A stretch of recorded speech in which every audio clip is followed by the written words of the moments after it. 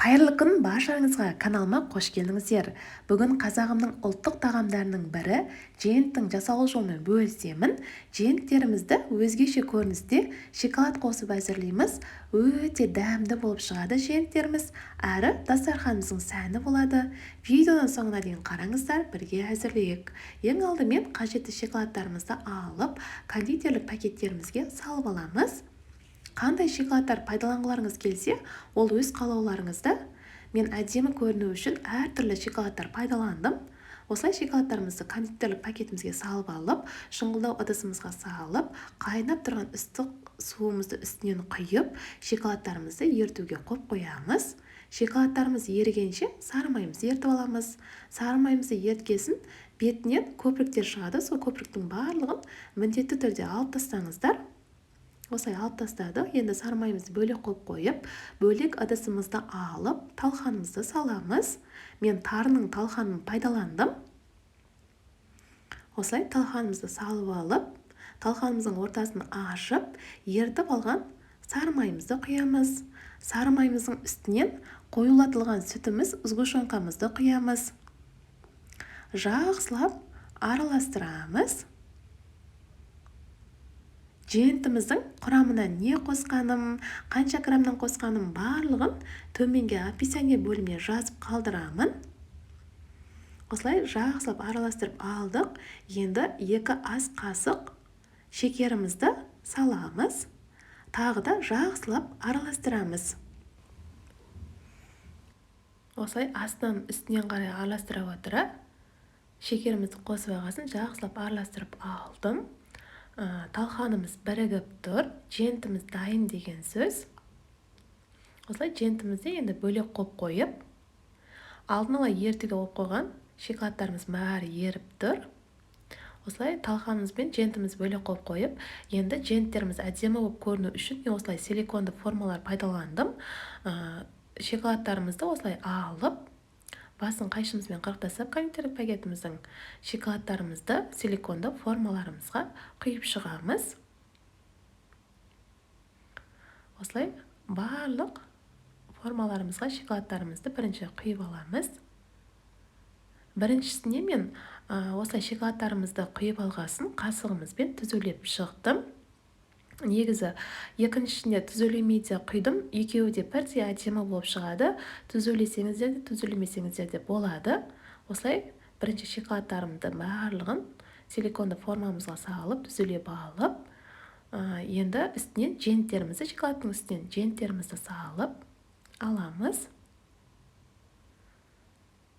Осылай барлық шоколадтарымыздың үстіне женттерімізді салып алдық. Енді барлығын салып алғасын, осылай барлығын тегістеп аламыз женттеріміздің үстінен. Осылай екінші түрлі шоколадымызды да силиконды формаларымызға құйып алып, бұл кезде қасығыммен шоколадымызды құйып алғаннан кейін түзулемедім. Осылай шоколадтарымызды құйып алып, бірденен үстінен женттерімізді дайындап алған салып шығамыз шоколадымыздың. Осылай шоколадтарымыздың үстінен женттерімізді барлығына салып шығамыз.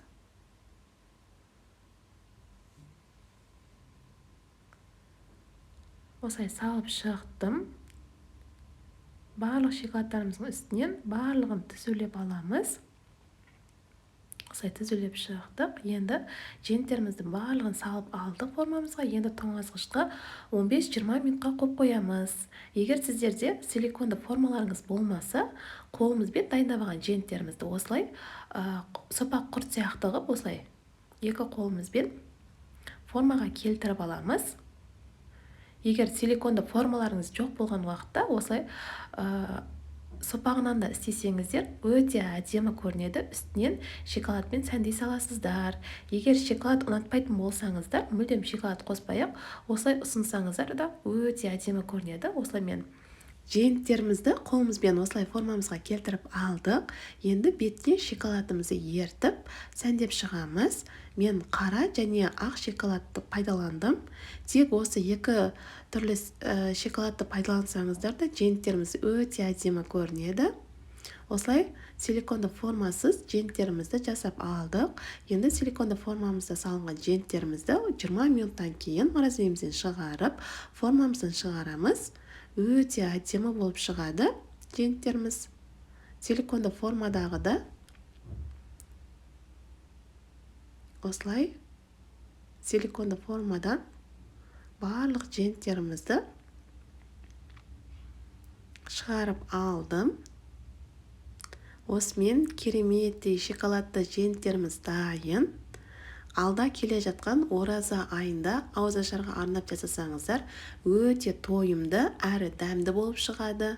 Сіздер де міндетті түрде жасап көріңіздер.